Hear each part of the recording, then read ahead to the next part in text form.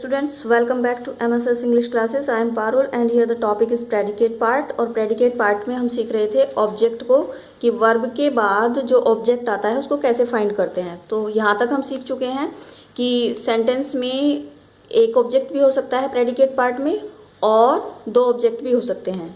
तो उसको कैसे फाइंड करना है ये हमने जान लिया था कि हमें क्वेश्चन करना होता है वर्ब से, कि वर्ब से जब हम क्वेश्चन करते हैं क्या का तो हमें कैसा ऑब्जेक्ट मिलता है, निर्जीव। और जब हम क्वेश्चन करते हैं किसे का तो हमें कैसा ऑब्जेक्ट मिलता है, सजीव।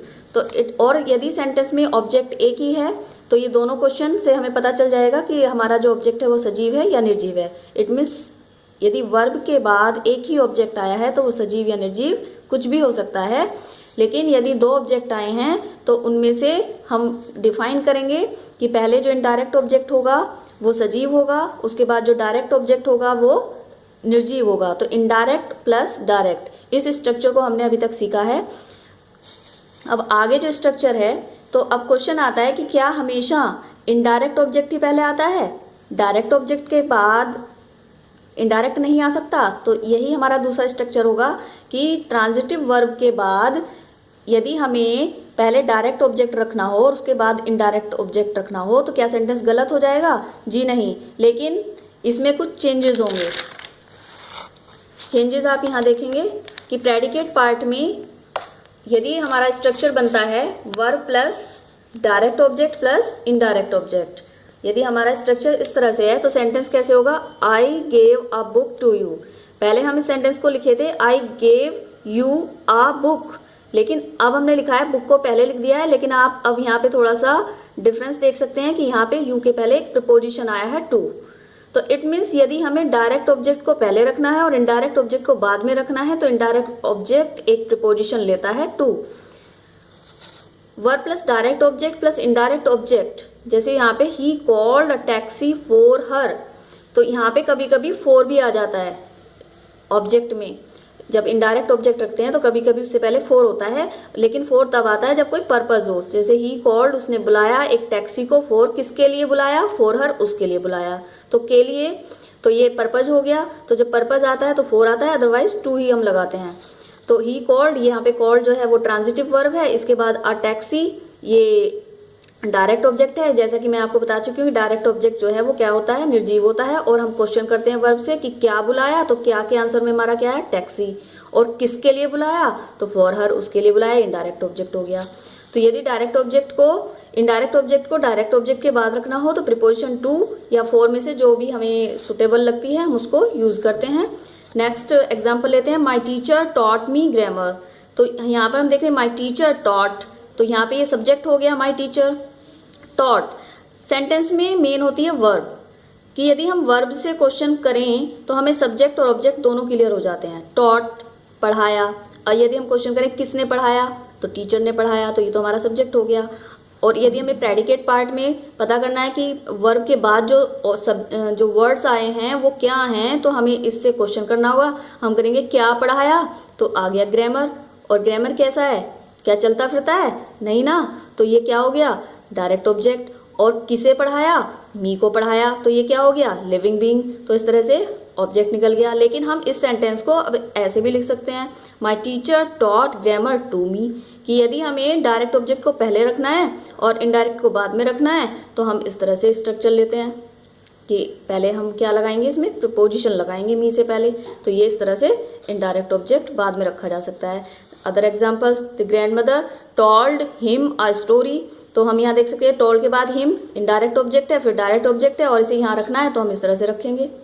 Next, my father sent me a letter, तो यहाँ पे ये इनडायरेक्ट ऑब्जेक्ट है जो लिविंग है, ये डायरेक्ट ऑब्जेक्ट है और हम इसे इस तरह से लिख सकते हैं।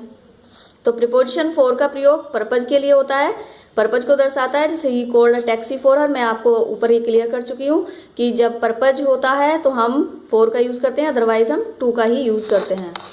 नेक्स्ट वन इज कॉल्ड, तो इसमें सेंटेंस में कॉल्ड है, ही called a taxi for me, तो ये वर्ब है। और कैसी वर्ब है? ट्रांजिटिव वर्ब है। तो अब हम इससे अगर क्वेश्चन करेंगे क्या बुलाई, तो अ टैक्सी बुलाई, किसके लिए बुलाई? फॉर हर के लिए बुलाई, तो ये पर्पज हो गया। तो ये हमारा स्ट्रक्चर इस तरह से बदल सकता है कि हमारा डायरेक्ट के पहले इनडायरेक्ट जो होता है तो वो बाद में भी आ सकता है, लेकिन प्रीपोजिशन के साथ आएगा। अब नेक्स्ट स्ट्रक्चर लेते हैं कि यदि हमारी ट्रांजिटिव वर्ब के बाद ऑब्जेक्ट है तो वो जीरेंड भी हो सकता है। अब जीरेंड है तो जीरेंड अब सब्जेक्ट पार्ट में भी पढ़ चुके हैं कि वर्ब की फर्स्ट फॉर्म में आईएनजी लगाने से जीरेंड बनता है, जो सब्जेक्ट का भी वर्क करता है और ऑब्जेक्ट का भी वर्क करता है। मैंने आपको वहाँ क्लियर किया था। अब ऑब्जेक्ट का वर्क कैसे करेगा, यहाँ पे देखते हैं। ही लर्नड स्विमिंग, तो आप यदि वर्ब के बाद वर्ब की फर्स्ट फॉर्म में आईएनजी आया है तो आप समझ जाएंगे कि हाँ ये जीरेंड है। लेकिन जीरेंड का मीनिंग क्लियर होना चाहिए कि इसका मीनिंग जो है नानी ने में निकलता है। ही लर्नड, क्वेश्चन वही रहेगा, ही लर्नड, उसने सीखा। तो पूछेंगे क्या सीखा, स्विमिंग, तैरना सीखा। एक ही ऑब्जेक्ट है, डायरेक्ट ऑब्जेक्ट है, और इसे वर्बल ऑब्जेक्ट कहेंगे, वर्ब से बना हुआ है, वर्ब की फर्स्ट फॉर्म में आईएनजी लगने से बनता है। तो इस तरह से हमारा जीरेंड भी ऑब्जेक्ट हो सकता है। आई हेट स्मोकिंग, मुझे नफरत है, मैं नफरत करता हूँ किससे, स्मोकिंग से। क्या चीज़ है वो जिससे नफरत करता हूँ, स्मोकिंग, धूम्रपान करने से। तो यहाँ पे ये जीरेंड है। My mother likes playing cricket, मेरे भाई को पसंद है क्या, क्रिकेट खेलना। तो यहाँ पे ये जीरेंड है और ये जीरेंड का जो है क्रिकेट, जीरेंड के बाद उसको अर्थ को पूरा करने के लिए आ रहा है कि क्रिकेट कि क्या खेलना पसंद है, क्रिकेट खेलना पसंद है। तो इसके बाद ये कॉम्प्लीमेंट भी ले सकता है जीरेंड। वी लाइक वॉकिंग, हम पसंद करते हैं वॉकिंग, चलना, घूमना। तो ये भी जीरेंड है। तो इट मीन्स आप यहाँ पे समझ सकते हैं कि हमारे जो प्रेडिकेट पार्ट में है वो जीरेंड ऑब्जेक्ट बन सकता है। और इसकी पहचान यही, वर्ब की फर्स्ट फॉर्म में आईएनजी, और ये किसी पर्पज को दर्शाता है कि वह क्या पसंद करता है, पढ़ना पसंद करता है। नेक्स्ट वन जो स्ट्रक्चर है वो है वर्ब प्लस ऑब्जेक्ट, यानी कि ट्रांजिटिव वर्ब के बाद ऑब्जेक्ट जो है वो हमारा इन्फिनेटिव भी हो सकता है। It means he refuse to go, यदि टू प्लस वर्ब की फर्स्ट फॉर्म आ रहा है वर्ब के बाद तो ये पर्पज को दर्शाता है कि ही रिफ्यूज टू गो, उसने मना कर दिया। तो क्या मना कर दिया, जाने से मना कर दिया, जाने को मना कर दिया। तो ही रिफ्यूज टू गो, ये टू गो जो है यहाँ पर ऑब्जेक्ट है और जो कि इन्फिनेटिव है, और इसका मीनिंग भी नानी ने में निकलता है। दे डिसाइडेड टू लीव, उन्होंने निश्चय किया, टू लीव, वहां से रवाना होने का, जाने का। तो क्या निश्चय किया, जाने का निश्चय किया। तो यहाँ पर इस तरह से इन्फिनेटिव भी हमारा ऑब्जेक्ट हो सकता है। She likes to play cards, उसे पसंद है, क्या पसंद है, टू प्ले कार्ड्स, कार्ड खेलना। तो ये हमारा ऑब्जेक्ट इन्फिनेटिव है। शी वॉन्ट्स टू प्ले, वह चाहती है, क्या चाहती है, खेलना। वी लाइक टू एक्सरसाइज, हम पसंद करते हैं क्या करना, व्यायाम करना। तो इस तरह से इन्फिनेटिव भी हमारा ऑब्जेक्ट हो सकता है। नेक्स्ट वन इज कि वर्ब के बाद ऑब्जेक्ट, तो क्लियर हो गया आपको कि ट्रांजिटिव वर्ब के बाद ऑब्जेक्ट की, इट मीन्स जिस वर्ब के बाद ऑब्जेक्ट आता है उसे हम ट्रांजिटिव वर्ब कहते हैं, सकर्मक क्रिया कहते हैं। तो आप इतने स्ट्रक्चर सीख चुके हैं कि कौन कौन से ऑब्जेक्ट किस किस तरह से आते हैं।